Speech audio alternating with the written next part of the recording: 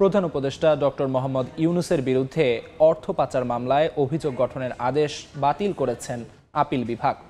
সকালে প্রধান বিচারপতি ডক্টর সৈয়দ রেফাত আহমেদের নেতৃত্বাধীন 4 সদস্যের আপিল বিভাগ এই রায় দেন। গত বছরের 5 আগস্ট শেখ হাসিনা সরকারের পতনের পর 11 আগস্ট ডক্টর মোহাম্মদ ইউনূস সহ 14 জনের বিরুদ্ধে করা মামলা প্রত্যাহার করে নেয় দুর্নীতি দমন কমিশন। ডক্টর ইউনূসের আইনজীবী বলেছেন, হয়রানি করতেই এই মামলা করা হয়েছিল। কাজেই যখন তিনি ক্ষমতায় আসেন তখন দ্রুত মামলা প্রত্যাহারের আবেদন করে দুদক। দুদকের আবেদনে আদালত মামলাটি বাতিল করে দেন। এই প্রক্রিয়ায় মামলা বাতিল চাননি ডক্টর মোহাম্মদ ইউনূস। আইনজীবীদের আইনি লড়াইয়ের নির্দেশ দেন তিনি।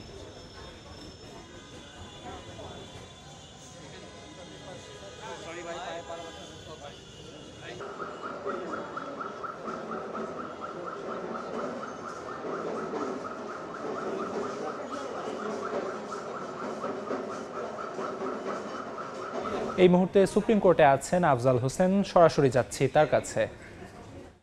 আইনজীবী কথা বলছেন, দুদকের আইনজীবীর বক্তব্যটাই শোনা ভালো হবে, তাহলে আমরা হয়তো রায় আজকে কি দিলেন সেটি স্পষ্ট হওয়া যাবে। তিনি কথা বলছেন, দুদকের আইনজীবী। টাকাটা কিন্তু পুরোটাই দেওয়া হয়ে গেছিল, এইটা টাকাটা নিয়ে কোনো ডিসপিউট ছিল না। টোটালি 25 কোটি টাকা নিয়ে ডিসপিউট, 437 কোটি টাকার মধ্যে। এই ডিসপিউটটা ছিল এমন যে লয়ারের 6% ছিল, সেই টাকাটা কর্মচারীদের টাকা, এই 25 কোটি টাকা যে সঠিকভাবে বন্টন হয়েছে কি না, এটা হচ্ছে একটা হিসাবের ব্যাপার ছিল। তো অনারেবল অ্যাপিলেট ডিভিশন এবং আমরা সবাই এটা দেখে কয়েকদিন ধরে হিয়ারিং করে যেটা সেটেল হলো, মেন কথা যে ছোট্ট কথা সেটা হচ্ছে যে পুরো কেসটাই বেসড অন অ্যাকাউন্টিং, হিসাব নিকাশে, যে 25 কোটি টাকা কর্মচারীদের বেশি দেওয়া হয়েছে নাকি অ্যাডভোকেটদের বেশি দেওয়া হয়েছে, এইটা ছিল মেন প্রশ্ন। তো একটা well settle principle of law, যেটা শত বছর ধরে অনারেবল কোর্ট থেকে সেটেল হচ্ছে, যে যখনই হিসাব নিকাশের কথা আসবে তখনই সেটাকে আর ক্রিমিনাল লায়াবিলিটি থাকবে না, সেটা হবে সিভিল লায়াবিলিটি। সিভিল লায়াবিলিটি হলে কি হবে? ফৌজদারি মামলা, ক্রিমিনাল মামলা চলবে না। এইটা হচ্ছে মূল গ্রাউন্ড। এছাড়া অনেক গ্রাউন্ড আছে, পাবলিক সার্ভেন্ট কিনা বিভিন্ন গ্রাউন্ডই আছে।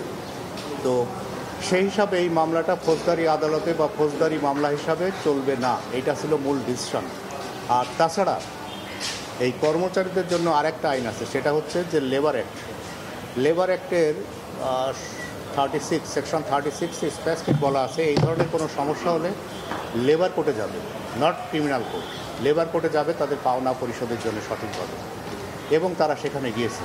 আজকে আদেশটা একটু বলবেন। আজকের আদেশটা হলো যে আপিল অ্যালাউ করেছে, যে প্রফেসর ইউনূস সাহেবের যে আপিল ছিল অনারেবল অ্যাপিলেট ডিভিশনে হাইকোর্টের জাজমেন্টের এগেনস্টে, সেই আপিলটি অ্যালাউ করেছে। এবং হাইকোর্ট যে এইটা কোয়ালিফাইডের যে ওনাদের যে পিটিশন ছিল হাইকোর্ট ডিভিশনে, সেটা যে সামারি রিজেক্ট করেছিল, সেটা আজকে সেটিসফাইড করে দিয়েছে, অর্থাৎ বাতিল করে দিয়েছে। অর্থাৎ মামলাটাই বাতিল হলো।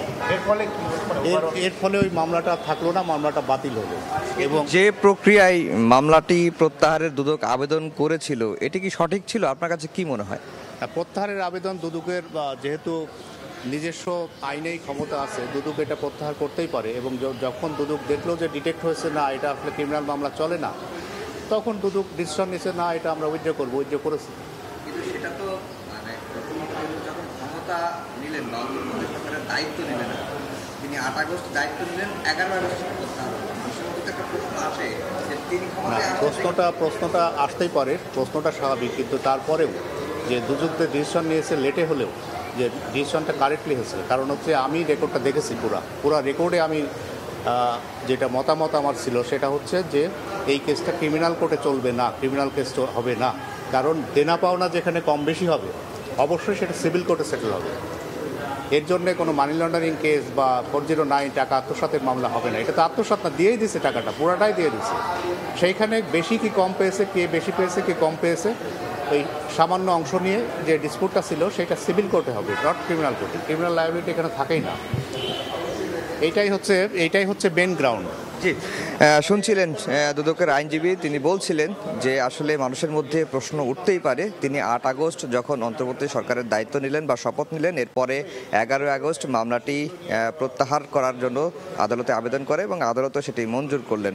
এবং আমরা এই প্রশ্নটাই করেছিলাম যে একজন ব্যক্তি, তার বিরুদ্ধে এতদিন ধরে মামলা চললো, মামলার বিচারও শুরু হলো, কিন্তু তিনি যখন দায়িত্ব নিলেন অন্তর্বর্তী সরকারের, তখন কেন এই মামলাটি প্রত্যাহার করা হলো? তখন সেই প্রসঙ্গে দুদক আইনজীবী বলছেন দুদক বুঝতে পেরেছে বা দুদকের আইনে আছে তারা মামলার যে কোনো পর্যায়ে গিয়ে মামলা প্রত্যাহার করার সুযোগ বা আইন সেটি দিয়েছে, সেই কারণেই দুদক হয়তো সেটি করেছে। এবং এই মামলাটি যে প্রক্রিয়ায় হওয়ার কথা ছিল, অর্থাৎ যেহেতু যেই মামলার যে ন্যাচার, এটি সিভিল ন্যাচারের মামলা হওয়ার কথা ছিল, কিন্তু মামলা করা হচ্ছে ক্রিমিনাল ম্যাটারে। এবং যে টাকা নিয়ে ডক্টর মোহাম্মদ ইউনূস সহ 14 জনের বিরুদ্ধে মামলা হয়েছে, এই টাকাগুলো ডক্টর মোহাম্মদ ইউনূসের যে গ্রামীণ কল্যাণ তহবিল, সেখান থেকে কিন্তু দিয়েই দেওয়া হয়েছে শ্রমিকদের।